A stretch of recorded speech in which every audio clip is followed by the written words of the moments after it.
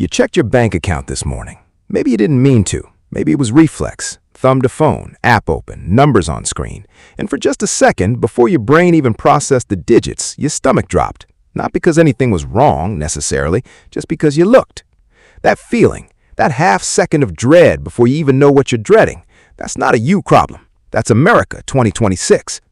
Here's what's strange about this moment we're living in. By almost every measurable standard, people have survived worse. The Great Depression, World War II, 2008. And yet right now, a majority of Americans, across income levels, across ages, across political lines, report feeling financially anxious on a near daily basis. Not people who are broke, not people in crisis, people who are fine, people who have jobs, who pay their bills, who have a little something in savings. Still anxious, still bracing. So what's actually going on? It starts with a concept psychologists call anticipatory dread, the anxiety you feel about something that hasn't happened yet. And here's the thing about anticipatory dread. Your brain doesn't really distinguish between a threat that's real and a threat that's possible. It processes both the same way. Same cortisol spike, same shallow breathing, same tunnel vision. This is useful if a bear is chasing you. It is less useful when the bear is an abstract concept like inflation or interest rates or the phrase economic uncertainty. But the American financial environment in 2026 has become extraordinarily good at producing these abstract bears, and it produces them constantly. Think about how financial information reaches you now. It's not a monthly bank statement you open once and file. It's a live feed, real-time, notifications, your portfolio value, your credit score, your spending patterns, available the moment you want them and sometimes before you want them. We built tools designed to give us more control, and somewhere in that process, we gave our nervous systems a live wire to chew on.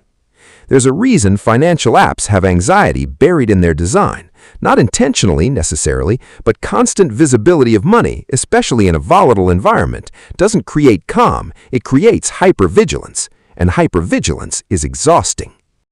Now layer in the actual numbers, because this isn't just psychology, this is also math. Median household income in the United States has grown over the past 2 decades. That's true.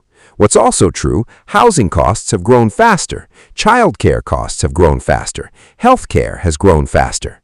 The price of building what used to be called a normal life has outpaced wages in almost every major metropolitan area in the country.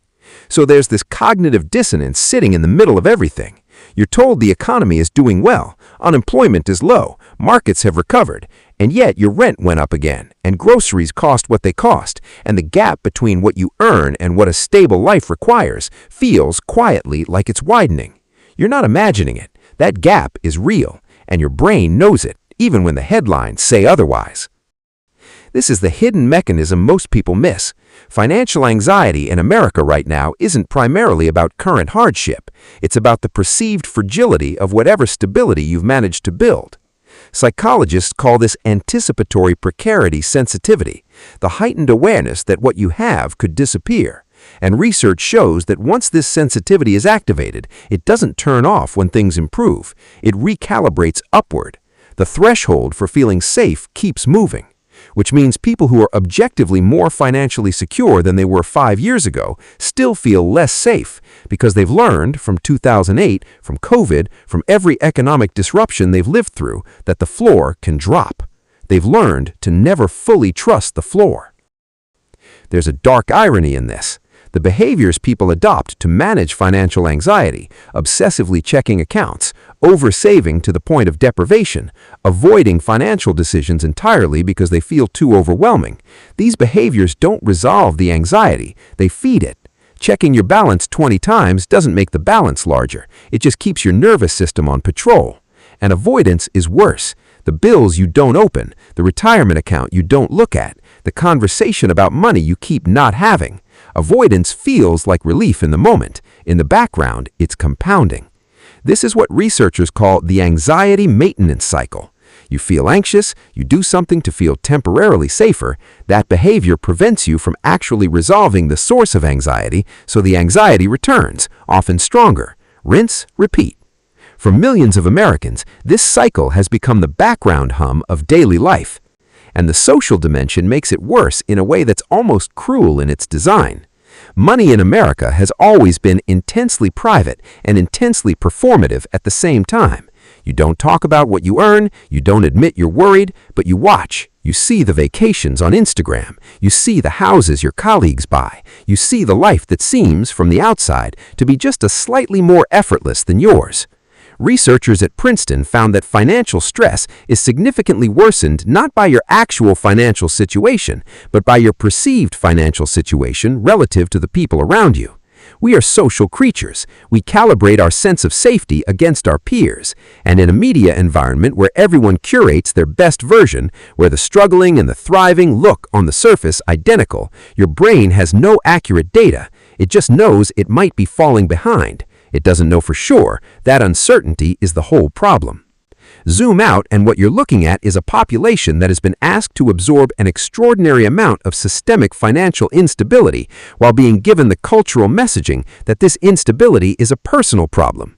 That if you're anxious, it's because you haven't budgeted correctly, or you haven't invested wisely, or you haven't developed enough of a wealth mindset.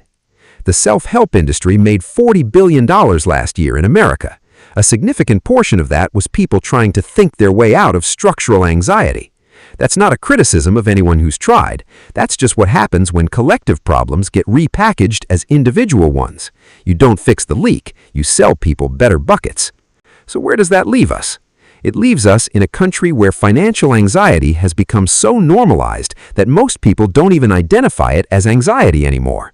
It's just how things feel. It's just Tuesday. It's just the low-grade tension that shows up when you think about the future too directly, so you learn not to think about it too directly, which creates its own particular kind of dread. There's a term for living in a constant state of low-level threat response, chronic stress activation, and the long-term health implications, disrupted sleep, impaired decision-making, cardiovascular strain, are well documented. The financial anxiety epidemic isn't just a psychological problem, it's a public health problem. It's showing up in bodies. None of this resolves nicely, and I'm not going to pretend it does, because the honest answer, the answer that actually fits the data, is that a lot of this anxiety is rational. You're not broken. Your nervous system is doing exactly what nervous systems do when the environment is genuinely uncertain and the margin for error feels thin. The uncomfortable question isn't how do you stop feeling anxious, it's this: what kind of country produces this level of ambient financial dread in people who are doing everything right and then tells them the problem is their mindset? Sit with that one for a minute.